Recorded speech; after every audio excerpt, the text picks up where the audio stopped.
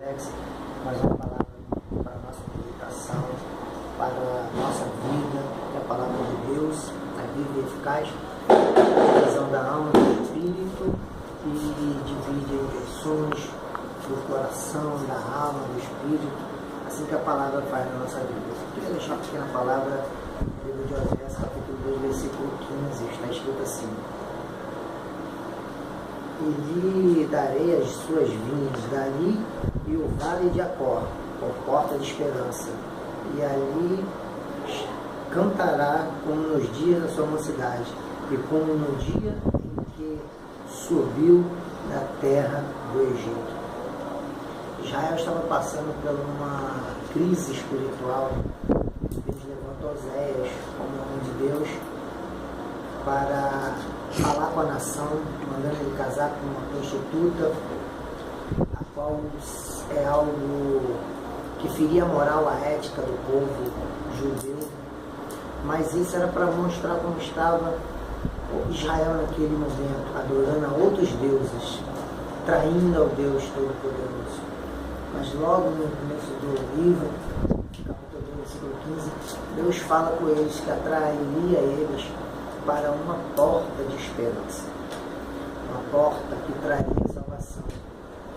Isso, essa porta seria aberta no meio daquela situação de corrupção, não só espiritual, mas política, dos sacerdotes, moral, ética, tudo ali era horrível e cheirava mal ao nariz de Deus naquele momento. Então, o Vale de Acor é onde foi morto Acã e sua família, por ter segurado a capa babilônica com ciclos de ouro. Foi morto, ele e a sua família naquele local. Ali virou um lugar de desgraça, um local horrível, marcado pela desgraça, pela destruição de uma família.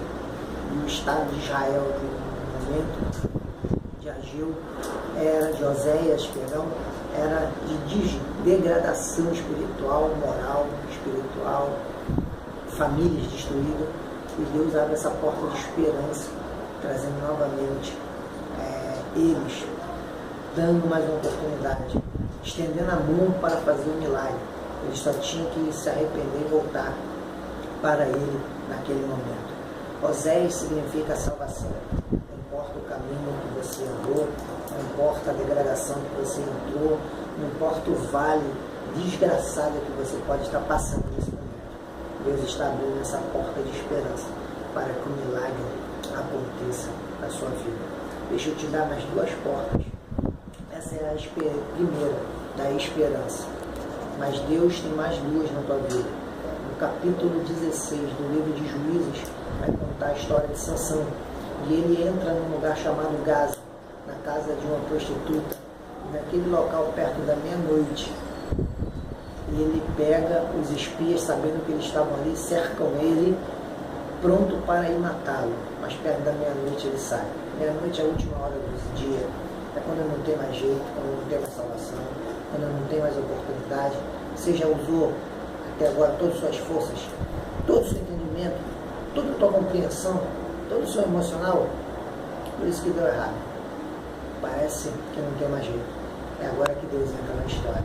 O Espírito tomou a sanção de tal forma que matou todos aqueles exércitos com lanças, facas, espadas, todo mundo, e arrancou os portões de bronze e levou para bem longe, para o Monte Hermon, um portão que pesava 3.000 toneladas.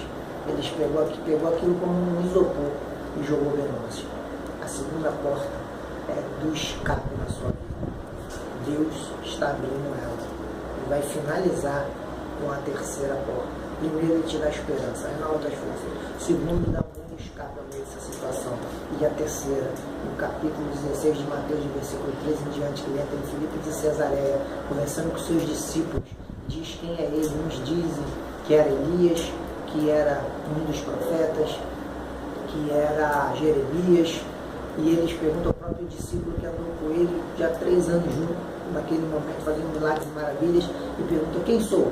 E aí Pedro fala do nada: tu és filho do Deus vivo.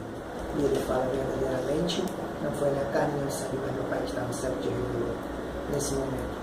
A porta, e Jesus continua falando no versículo 18, que a porta do inferno não prevalecerá contra a igreja.